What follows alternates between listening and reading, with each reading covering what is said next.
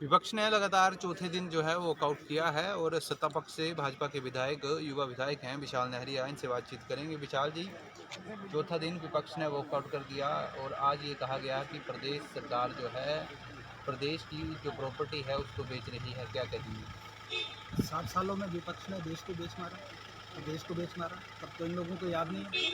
आज जब हिमाचल प्रदेश में एक अच्छा नेतृत्व प्रदेश को मिला, ईमानदार नेतृत्व मिला, आज देश में प्रदेश ईमानदार नेतृत्व मिला और पिछले लगभग जो भारतीय जनता पार्टी का कार्यकाल देखें तो एक भी भ्रष्टाचार का आरोप नहीं है। जब ये लोग सत्ता में थे, आए दिन भ्रष्टाचार के आरोप लगते थे, भ्रष्ट सरकारें इन लोगों की थी। आज अच्छा काम प्रदेश में हो रहा है तो इनको वो वक्त याद आ रहा है कि इन लोगों ने अच्छे से काम कर लिया होता तो शायद इन लोगों को सरकार में फिर से जनता जो चुनकर भेजती। आज लगातार चौथा दिन है और चौथे दिन भी इन लोगों ने जो वॉकआउट किया, 1% का भी सकारात्मक रवैया सदन में इनका नहीं रहा है। जनता के प्रतिनिधि हैं, जनता ने चुनकर भेजा है, उनकी बात यहाँ पर रखें, उनकी समस्याओं का समाधान करें, पर उनके ऊपर इन लोगों ने 1% का चिंतन नहीं किया। हंगामा खड़ा करने की जो है आए दिन लोगों ने कोशिश की है और हंगामा भी उन चीज़ों के ऊपर खड़ा कर रहे हैं जो इन लोगों ने खुद तैयार जो है हिमाचल प्रदेश के अंदर जो है करके दी। आप किसी भी चीज़ की बात कर लें, न्यू पेंशन स्कीम्स की बात कर लें, वो इन लोगों ने साइन किया। ओपीएस को इन लोगों ने ख़त्म किया। 2003 में इनकी सरकार थी, मुख्यमंत्री उस समय जो थे राजा वीरभद्र सिंह जी थे। उसके बाद 2015 में जो पुलिस कर्मियों को लेकर जो साइन हुआ, जो 8 साल का कॉन्ट्रैक्चुअल जिस विषय पे हमारे पुलिस कर्मचारियों ने जो बातचीत रखी थी, वो भी इन लोगों ने तैयार करके दी। इनकी सरकारें थी, तब इन लोगों ने वित्तीय संकट का जो हवाला देकर अपना पल्ला झाड़ ली। आप करुणामूलक की बात कर लें, करुणामूलक के ऊपर इन लोगों ने वहाँ पर ऑब्जेक्शन लगाई थी। 50 साल उनकी आयु सीमा करके तय करके दी कि 50 साल से नीचे ही अगर कोई व्यक्ति जो है दुर्भाग्य से उसकी मृत्यु होती है तभी उसका परिवार का सदस्य जो पात्र होगा। उसमें भी माननीय मुख्यमंत्री जी ने अमेंडमेंट करके दी है, एक व्यवस्था तैयार करके दी है। अगर कोई व्यक्ति अपनी नौकरी के दौरान अगर नौकरी के अंतिम दिन भी उसकी दुर्भाग्य से मृत्यु होती है तो उसका परिवार का सदस्य जो नौकरी के पात्र होगा। आज पर्यटन को लेकर हिमाचल प्रदेश सरकार ने, जयराम ठाकुर जी ने सकारात्मक रवैया रखा और वर्ष 2019 में हिमाचल प्रदेश में पहली बार जो है वो पर्यटन की नीति भी लेकर आए। आज पर्यटन के दृष्टिकोण से हम लोगों ने एक अच्छा काम किया है। एक पर्यटन को सेग्रीगेट करके काम करने का जो हिमाचल प्रदेश में कोशिश हो रही है। दुर्भाग्य से पूरे विश्व में कोरोना का काल आया, पूरे विश्व जो था वो आर्थिक संकट से अब गुजरा है आकर, इनके समय नहीं गुजरा जब ये लोग सत्ता में थे। और आज वहाँ पर वो सारी चीज़ों को व्यवस्थित करने का हम लोग प्रयत्न कर रहे हैं। कई चीज़ों को आउटसोर्स किया है वहाँ से ताकि रेवेन्यू जनरेट हो, क्योंकि गवर्नमेंट की तरफ से जो चीज़ें रन हो रही थी उसमें उस तरह का जो है वो वहाँ से लाभ नहीं आ रहा था। लगभग 40 से 45% हमारा रेवेन्यू जो है इस कोविड के दौरान नीचे गया है। तो ऐसे हालात में उन चीज़ों को, उस ढांचे को खड़ा करने के लिए हिमाचल प्रदेश सरकार ने एक कोशिश किया और आने वाले समय में इसका बहुत बड़ा लाभ, सीधा लाभ जो हिमाचल प्रदेश की सरकार को, हिमाचल प्रदेश के आम जनमानस को मिलने वाला है। लेकिन विशाल जी, आज कांग्रेस द्वारा ये कहा गया कि उन प्रॉपर्टीज़ को बेचा जा रहा है और बेचा भी उस रेट पे जा रहा है या लीज़ पे दिया जा रहा है जो अगर लीज़ पूरा करने में भी 100 साल लग जाएंगे, क्या कहें? देखिए, उसकी वैल्यू को वहाँ पर इवैल्यूएट किया गया है।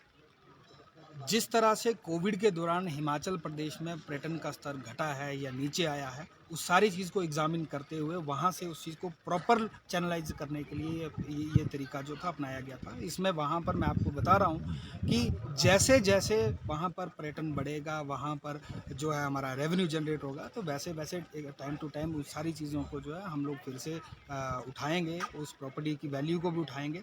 अभी फ़िलहाल ये है कि वो प्रॉपर्टीज़ हमारी मेंटेन रहें, उन प्रॉपर्टीज़ को कोई नुकसान ना हो, ये सारी चीज़ें ध्यानार्थ करते हुए इन चीज़ों पे जो है कदम उठाए गए हैं।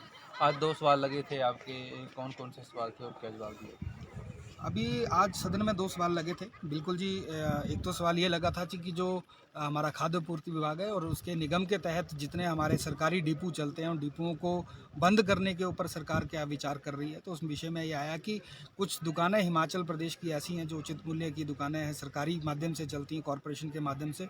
उन दुकानों में पिछले लगभग 15 सालों में बहुत बड़ा जो है आर्थिक संकट चल रहा है, बहुत घाटा हुआ है। इस कारण से उनको बंद करने का तो निर्णय नहीं लिया है, परंतु उन चीज़ों को भी आउटसोर्स करने का जो निर्णय लिया, क्योंकि वहाँ पर सरकारी ढांचा जो है वो उस तरीके से नहीं चला पा रहा है उस चीज़ को। इसलिए क्या है कि कोई व्यक्ति वहाँ पर आउटसोर्स तरीके से उसको चलाए, ताकि लोग जो हैं वहाँ पर अपना राशन बीपीएल का, एपीएल का उनको समय-समय पे मिलता रहे। ऐसी व्यवस्था उन्होंने सरकार ने बनाई है, और उसमें एक जवाब जो है इस तरीके से आया कि हम उनको बंद नहीं कर रहे हैं, परंतु उनको चलाएँगे, परंतु किसी इंडिविजुअल के माध्यम से उन डिपोज़ को चलाया जाएगा, ताकि लोगों को वहाँ पर राशन जो है समय अनुसार मिलता रहे। इसके अलावा पर्यटन को लेकर ही जो अभी मैं बातचीत कर रहा था, पर्यटन को लेकर भी बातचीत प्रश्न मेरा जो लगा था, क्योंकि हम लोग देख रहे हैं कि कोविड की वजह से काफ़ी हद तक जो है हमारा रेवेन्यू जो है हिमाचल प्रदेश का पर्यटन से जो आता था, टूरिज़्म से जो आता था, उसमें गिरावट आई थी। उसको लेकर हम लोगों ने बातचीत रखी थी, मैंने प्रश्न रखा था।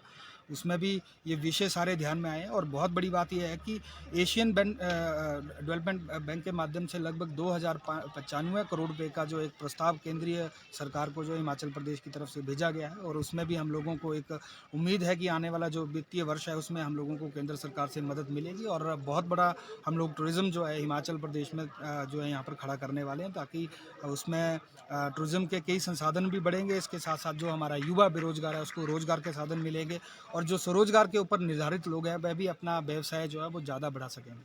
शुक्रिया विशाल जी। बहुत धन्यवाद। तो ये थे धर्मशाला के विधायक विशाल नहरिया, जिन्होंने कांग्रेस पर पलटवार करते हुए कहा है कि कांग्रेस ने जब 60 साल में देश को बेचा है या प्रदेश को बेचा है, तब कांग्रेस ने सवाल क्यों नहीं उठाए। फिलहाल इस लाइव स्ट्रीम में इतना ही। स्ट्रीम को ज़्यादा से ज़्यादा शेयर करें और हमारे पेज को फॉलो करना न भूलें। नमस्कार।